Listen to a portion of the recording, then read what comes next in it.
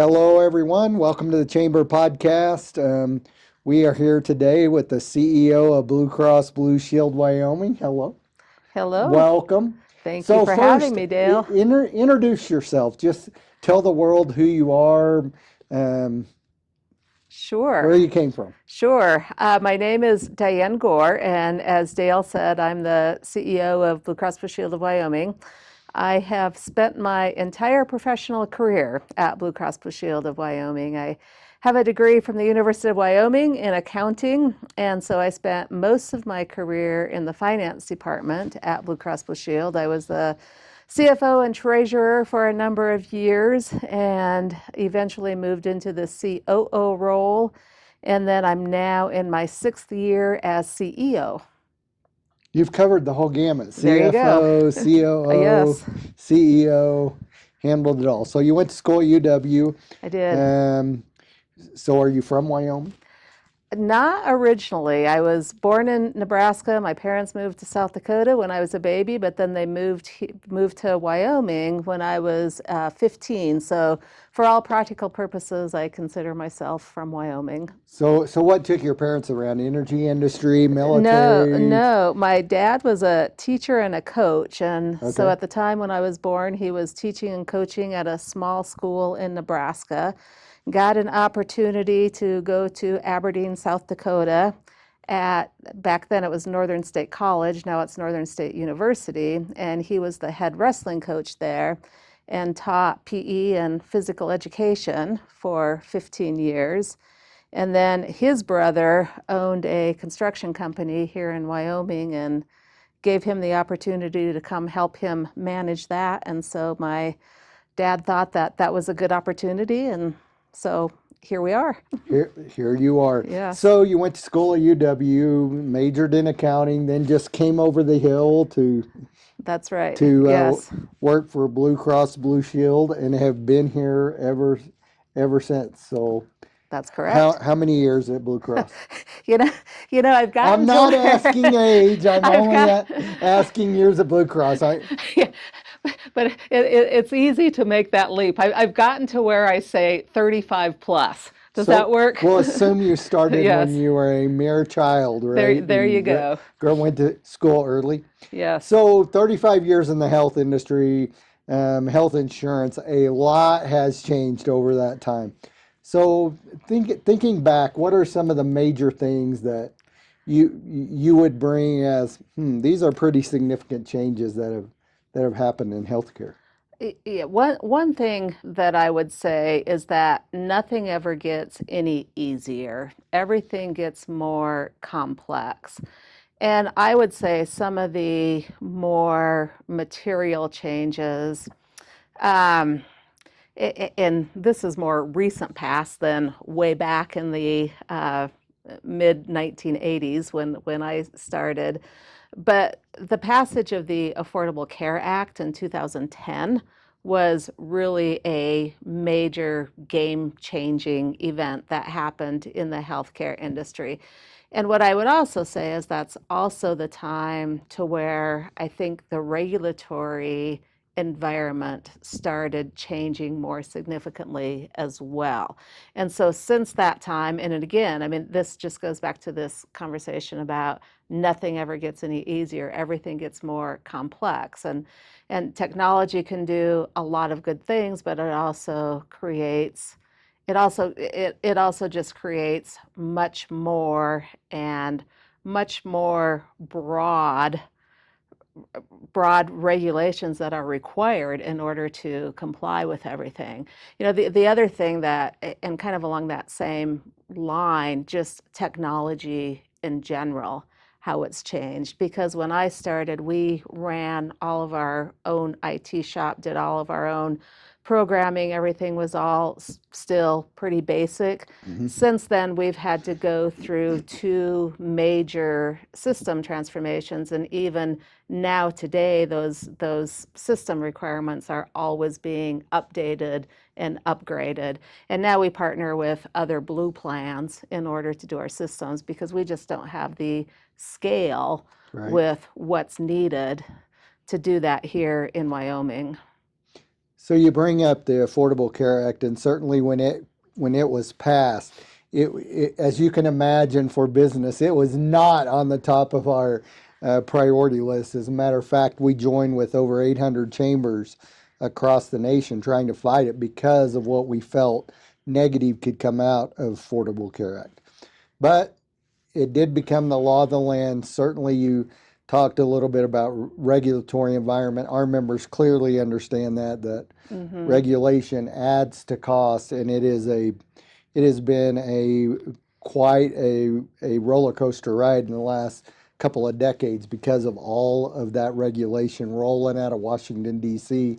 Everything from energy companies to energy providers to healthcare companies to our actual healthcare providers to even businesses on the street. You have stuff like the Corporate Transparency Act. But the promise coming out of the Affordable Care Act was that, hey, look, at least it's going to get everybody covered, and that will ultimately help rural health care. I would consider all of Wyoming rural health care, but it would help our rural hospitals because they wouldn't have that uncompensated care problem. So how's that turned out? So, what I would say, a couple things to that. First of all, the Affordable Care Act may be a little bit of a misnomer because it has not done anything to make healthcare more affordable. But what it has done, and it has created additional access to care. So, people who previously could not qualify for coverage because of their health status or pre existing conditions, they're now able to get coverage without having to go through that medical underwriting. So, from that perspective, that's a good thing. And overall, nationally and within the state of Wyoming, it has lowered the rate of uninsured. So that's a good thing. In Wyoming, and you're right, we are, for the most part, completely rural or even super rural, except for perhaps Cheyenne and Casper. But in Wyoming, we've got a lot of small critical access hospitals. And so having these additional people covered under the Affordable Care Act, it really does afford for them to be able to receive more of that care that's reimbursed at commercial rates, at payer rates, which is generally higher than, say, your Medicare and your Medicaid is paying. So from that perspective, it's been good for some of those small hospitals. It's been good for a lot of people in Wyoming who have been able to achieve that access to coverage, which they didn't have previously. But it has not done really anything to control the rate of increase in healthcare costs. So one of the things our members report back to us is that as the Affordable Care Act came along, and you did work to get more people covered, that they're in their shop, if, a shop of five or a shop of 10, that certainly you're correct, the costs went up, but also in order to continue to afford health care, the deductibles, a lot of the Yes. deductibles went up too. So where do you kind of see the future of that? Um, are we going to expect that, hey, it's just a reality that we're going to have more out of pocket expense for health care, or do you see something in the system that could change that?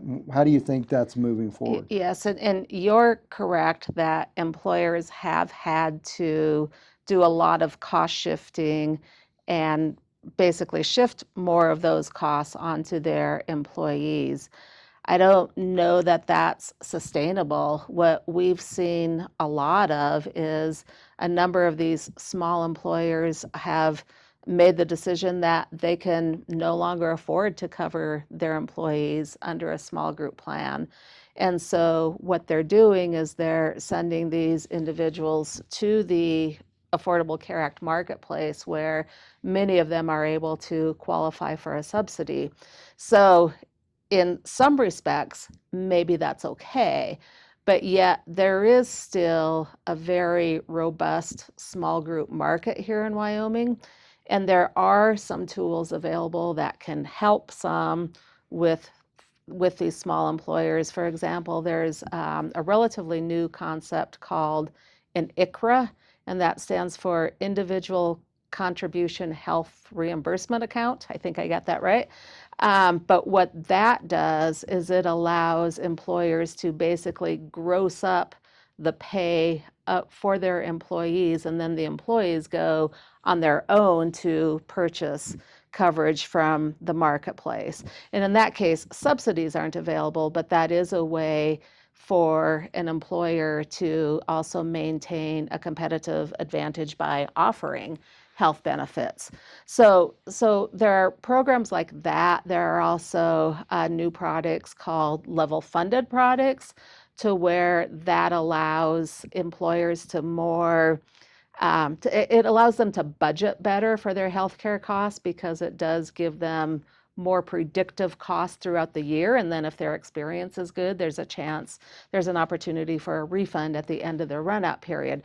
So there are some tools in place that can help small employers, but overall, I do think it is going to continue to be tough for employers to offer benefits, because it doesn't get any cheaper. I think the first thing we have to do is rebrand that. Anything that starts out with ick, right? For an ICR, we got to find a new name for that. All right, If good we're gonna, point. We'll work on that. If we're going to get people to participate in that, we're going to have to find a new, I don't know, the yeah or something. Yeah, So, yeah, we'll work on that. yeah, I guess that's a chamber thing, just Yep. putting a positive spin on it, Right, right? right. So it seems to me that one of the issues with healthcare is that, and I've had some older parents the last few years, so I've gone through this, is that our ability to keep people alive is remarkable, right? There have Yes, it been is. remarkable advancements in healthcare, and we had a luncheon Friday on this and talking about some of those gene therapies that were in the millions of dollars. So, how do you think we weigh that as society? I mean, if I'm doing technology in my office and improvement, I'm like, that's nice, but we can get by without it. But when you're talking about people's health care, Right, how do you think that comes down in the right. over the next 20 years, maybe? Right. Because we're getting pretty good at some of this Yes, stuff, right? yes, we are, and we're going to continue to get better at Right. some of that stuff. But to your point, even about aging parents, and I'm not going to get this statistic exactly correct, but there's something out there about the amount of healthcare dollars spent in the last 6 months of somebody's life is X percent or X dollar amount. Um, and I mean, that goes back to your point of how we do well at keeping people alive, but it's for this specified amount of time. But then going back to your question about these these new cell and gene therapies that are out there, the pipeline for that is tremendous. 4 or 5 years ago, there was only one cell and gene therapy available. It came at a cost, it's called Zolgensma, and it was designed to treat spinal muscular atrophy. And there were a limited number of people who had that condition. And then since then, and then in the next couple of years, there were two or three more that were developed. And then there's a little bit of a lull during COVID, when everything was focused on COVID vaccines and COVID treatments. But now they've come back into development. Just the pipeline is insane if you look at it. And the other thing that's interesting about it is initially these treatments that came out were available to treat a limited number of population, but now there's probably 10 or 12 out there that are available. But in this pipeline, they're coming up with conditions to treat to where more and more people have these conditions. So there will be more and more people that continue to be eligible for these new cell and gene therapies. And some of these come with a cost of over $3 million. So if you're one of the people that has one of these conditions, it's a game changer for you. But then what happens with that too is then that cost does have to be spread out among everybody else. Right. So what you heard at this luncheon on Friday, as well as what we are trying to do in in our reimbursement methodology for these cell and gene therapies, is base it on outcomes. And so we've got a program in place. So if somebody receives one of these therapies, we will continue to follow that person, even if they leave coverage with Blue Cross Blue Shield and go to another carrier or somewhere else. We'll continue to follow that person. And if that cell and gene therapy isn't effective, then we receive a reimbursement of that amount that we paid, because some of these are still so new that are out there. But again, there will be, in 5 or 10 years, there's probably going to be 50 of these different treatments available. I had somebody sitting at the luncheon the other day that came up to me afterwards and said, he kind of made a smart aleck comment, but what he said was true, is that healthcare is about the only industry in the whole world where you can not be successful at your job and you still get paid, right? I mean, anybody else, you sell a car, you sell a lemon, you're Right, getting money back. right. So I think it's a pretty remarkable idea to think about recouping some of that. Hey, Right. look, you got a new thing, you say it works. That's great. It should Right, work. right. So yes, what this does is then it pays for outcomes, which is the way that it should be done. And even you look at and theoretically too, these cell and gene treatments, they're one-time therapies as well. So you look at individuals who say have hemophilia, and there are ways to treat hemophilia, but it's every year a specified cost. Well, now there's this new cell and gene therapy that can target hemophilia, and it's a one-time cost. So from that perspective, maybe that's overall, maybe you're better off from a financial perspective, and the individual who has hemophilia no longer has it. Yeah. That's pretty cool, right? Right. Long run, that could be some would they be able to use some of those as preventative measures as they recognize the weaknesses in genetics to do that, or Yeah, potentially. I don't know the answer to that yeah. for sure. I mean, I always get off on a cow tangent because I raise cattle, but we're working on that in agriculture pretty hard, right? To figure out how much cheaper would it be if I can recognize the genetics weaknesses and fix those before they become a problem. And I know there's some work being done on that, Right. so I'm sure there is on human beings too. Well, let's switch gears a little bit. I think we figured out that healthcare is pretty complicated and it's probably not going to get a lot cheaper. I'm sure probably some folks that's not what they want to hear, but I think that's fair to say that we our best shot is to hold costs down as much as they can. So, CEO of Blue Cross, I think when people think of Blue Cross, they think of, like Acme Healthcare Company, where somebody, a for-profit company that goes out and sets up shop and runs these tables. But Blue Cross Blue Shield, that's not really what you are. So, talk about your structure, how you're set up, Yes. who ultimately makes decisions in your company, and how all that Yep, how that comes absolutely. about. We are Blue Cross Blue Shield of Wyoming, and we are a not-for-profit company. We're headquartered in the state of Wyoming, and so we're only licensed to sell within the state of Wyoming. We do belong to the Blue Cross Blue Shield Association, and in order to belong to the Blue Cross Blue Shield Association, there are certain membership requirements that we have to meet. And those relate to such items as service, governance, financial strength, et cetera, and cybersecurity requirements. And there's a laundry list of items there. And that allows us to use that Blue Cross Blue Shield brand in the state of Wyoming, is meeting those membership requirements and belonging to the association.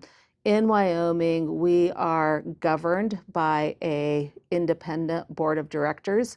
We have 14 members who are citizens of Wyoming located geographically throughout the state. Diversity in regard to their skill set and background, who are on our board of directors. And then I also sit on our board of directors. And so our board provides our governance and our oversight. The management of the company is all done locally here in Wyoming. So we're making all of the decisions as to what products to offer, what cost containment programs to put into place, what type of prior authorizations we are going to require, what type of reimbursement policies, et cetera. All of those decisions are made here locally. I think that's pretty important for our people to hear, because I think a lot of people think about Blue Cross and they see, they go to Florida for vacation, or maybe they have, they winter in Arizona and their Blue Cross Blue Shield card works there just, Yes.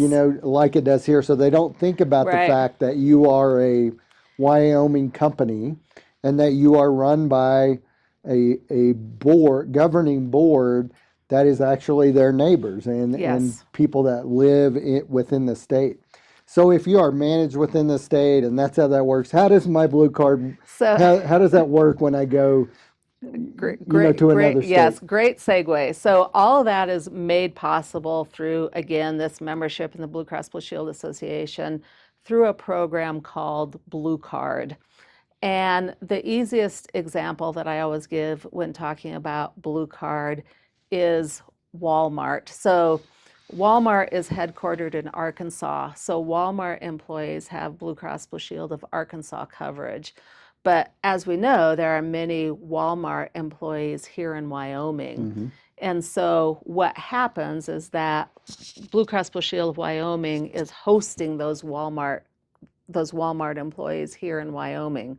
And so a Walmart employee in Wyoming goes to the doctor submits the claim to us, and we process, or first of all, what we do is we ping Arkansas and ensure that this member has coverage and what the member's benefits are, and then we pay the claim using our provider network. And then Blue Cross Blue Shield of Arkansas reimburses us. So it works the same way if you're traveling. So in that case, the Walmart employee we call that a host claim. But if you're traveling somewhere, you would be, and you receive services out of state, then that would be what we would call a home claim. So we are your home plan in that situation, and you have the ability and the opportunity to use, if you're in Arizona, to your point, you can use the Blue Cross Blue Shield of Arizona's network and what they have negotiated with their providers, and then that's how that claim is paid, utilizing the network of that local Blue Cross Blue Shield plan. And then behind the scenes, all the money goes back and forth. So how do I find out who is a Blue Cross provider in Arizona? So there are, everybody's website has provider directories on it, and so you can go directly to our website and find out, and you can even put in your, like, where you're traveling to, or if you know you're going to Arizona, you could also go to the Arizona website. Okay. So I would think one of the challenges that you have is we talked about that rural and uber rural Yes. state, but that means that we don't have that many folks. So the odds get tougher against us as we get smaller. We're not especially a healthy state. So how do you organize to compete with states like, I used to live in Georgia. There was 3.6 million people in Atlanta. I think 5.5 million in the state. Don't quote me on that, but 6 million people in the entire state, or a few more. And that really changes things. So talk about what challenges in particular come from being in a small state and trying to provide health care. Yeah, there are definitely challenges, and a lot of those challenges tie back to that cost equation. In Wyoming, we talked a little earlier about some of these rural and critical access hospitals, and I'll just give an example. So say for a knee replacement, that can be done in an ambulatory surgery center for, and I'm giving rough numbers here, but say approximately $15,000. There are certain small hospitals in Wyoming to where that same knee replacement may cost upwards of $90,000. So you have to ask yourself, why would we ever tell anybody that it's okay to have their knee replaced in this hospital to where it costs $90,000? We could require you to have it done in this ambulatory surgery center and even buy you a brand new Subaru Forester to drive home in and still be better off. So why would we do that? And I think that comes back to who we are as a company and who we are as a state, because we firmly believe that these small Wyoming communities are better off for having that hospital in that community. And those hospitals need that a certain number of knee replacements each year to stay viable. But then that brings up the bigger question though, are we performing the right services in the right locations? Is it right that these small Wyoming hospitals even do knee replacements? Maybe we ought to be changing our reimbursement methodology that would reimburse them more for such items as, say, an appendectomy, those services that might be critical to get right in that small town. And maybe a knee replacement isn't that, but I think those are the tough questions and the tough discussions that we need to have across Wyoming, because you really can't have all the services all the time at a high quality and a low cost. It doesn't work that way with the geography of Wyoming. And so I think those are tough questions that communities need to ask. But those are tough though too, because everybody wants to be able to have those services, and you can understand the attraction of that. But does that make sense from an economic perspective? Does that continue to exacerbate the unsustainability of these healthcare costs?